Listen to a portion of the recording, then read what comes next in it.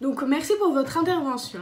Il faut savoir que la démarche RSE n'est pas la seule démarche présente dans une entreprise. En effet, on peut trouver deux autres types de démarches, donc l'entrepreneuriale et la managériale. Donc la logique managériale vise à optimiser l'allocation des ressources existantes, alors que la logique entrepreneuriale consiste à créer de nouvelles ressources. La logique entrepreneuriale implique la prise de risque, la recherche d'opportunités, l'innovation et ainsi que la créativité.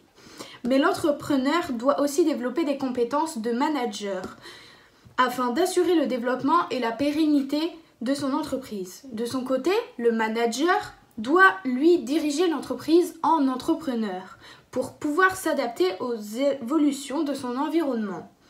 En développant l'esprit entrepreneurial dans l'entreprise, le manager encourage la réactivité, la flexibilité et l'innovation pour accroître la performance. La combinaison de ces deux aspects passe par la mise en place de dispositifs destinés à encourager l'esprit entrepreneurial dans l'entreprise. On parle d'entrepreneuriat. Je laisse maintenant donc la parole à notre envoyée spéciale Méloé Boutruche, présente sur le terrain. Nous allons maintenant retrouver Arnaud Péteri, qui est directeur des ressources humaines et juridiques. Quelle attitude et compétences doit avoir un manager? C'est une bonne question et je pense que c'est quelque chose qui évolue beaucoup en ce moment. On peut imaginer que le manager, c'est avant tout celui qui est le plus compétent dans son métier. Et comme ça, par son autorité, il peut effectivement diriger les autres en disant « faut faire ci, il faut faire ça ». Mais je pense qu'aujourd'hui, on a dépassé un peu ce cadre du manager spécialiste ou meilleur spécialiste, parce que tout simplement, on s'est aperçu qu'il pouvait y avoir des grands spécialistes qui n'étaient pas du tout des managers.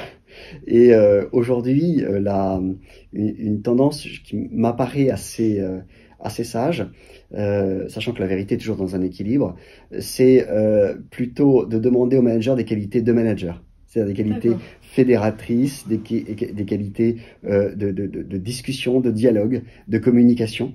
C'est fondamental. Un manager, c'est quelqu'un qui va avoir de l'empathie, qui doit savoir parler et faire passer des messages.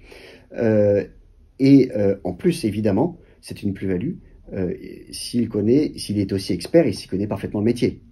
Il faut un peu des deux, il faut connaître un minimum le métier. On peut pas être manager des ressources humaines sans rien connaître des ressources humaines, il faut quand même pas pousser. Mais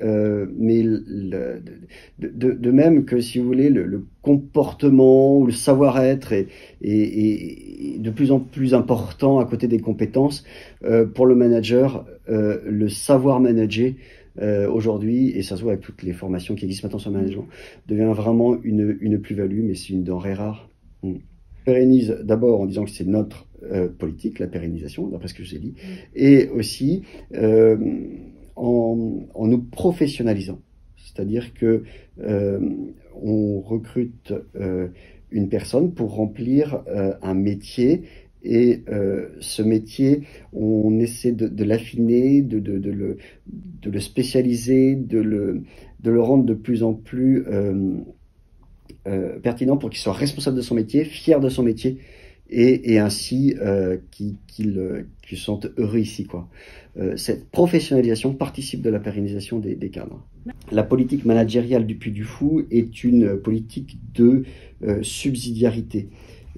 C'est-à-dire que le premier cadre, c'est quand on est le plus proche du terrain qu'on est mieux à même de juger ce qui se passe sur le terrain, en synthèse. Bon.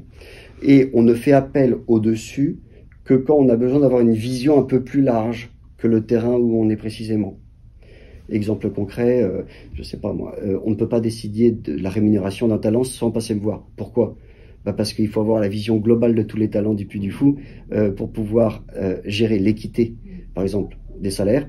Et donc ça, il n'y a que la RH qui l'a. Nous, on est, mais dès que ça peut mieux se gérer, parce qu'il n'y a pas besoin de vision générale à l'échelon local, on le gère à l'échelon local. Et ainsi, c'est ça ce mécanisme de subsidiarité, ça permet normalement d'avoir un management le plus proche du terrain possible. Et que les fonctions support ne servent qu'uniquement là où le terrain ne suffit pas, mais il y a besoin d'une vision plus large, plus globale.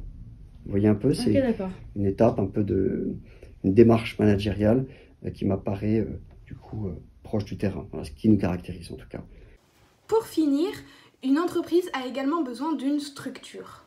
On peut mettre en évidence 3 éléments pour caractériser une structure: la division de travail, les degrés de centralisation, les mécanismes de coordination. Selon des différentes caractéristiques, une entreprise peut choisir la structure qui lui est le plus efficace. On y retrouve 2 grands types de structures, la structure dite classique et celle proposée par Mintzberg. Dans la structure dite classique, on y retrouve la structure hiérarchique, fonctionnelle, divisionnelle et matricielle. Dans les structures proposées par Mintzberg, on y retrouve un plus grand nombre de structures. Mintzberg identifie 6 éléments de base d'une configuration structurelle afin de définir cette configuration structurelle avec chacune des caractéristiques propres à elle.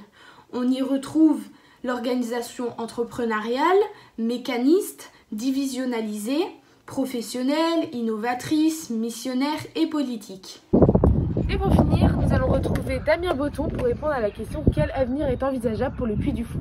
L'évolution pour le Puy du Fou, eh bien, évidemment, c'est de toujours faire évoluer l'activité de Puy du Fou France, l'activité ici même, mais c'est aussi de se développer à l'international.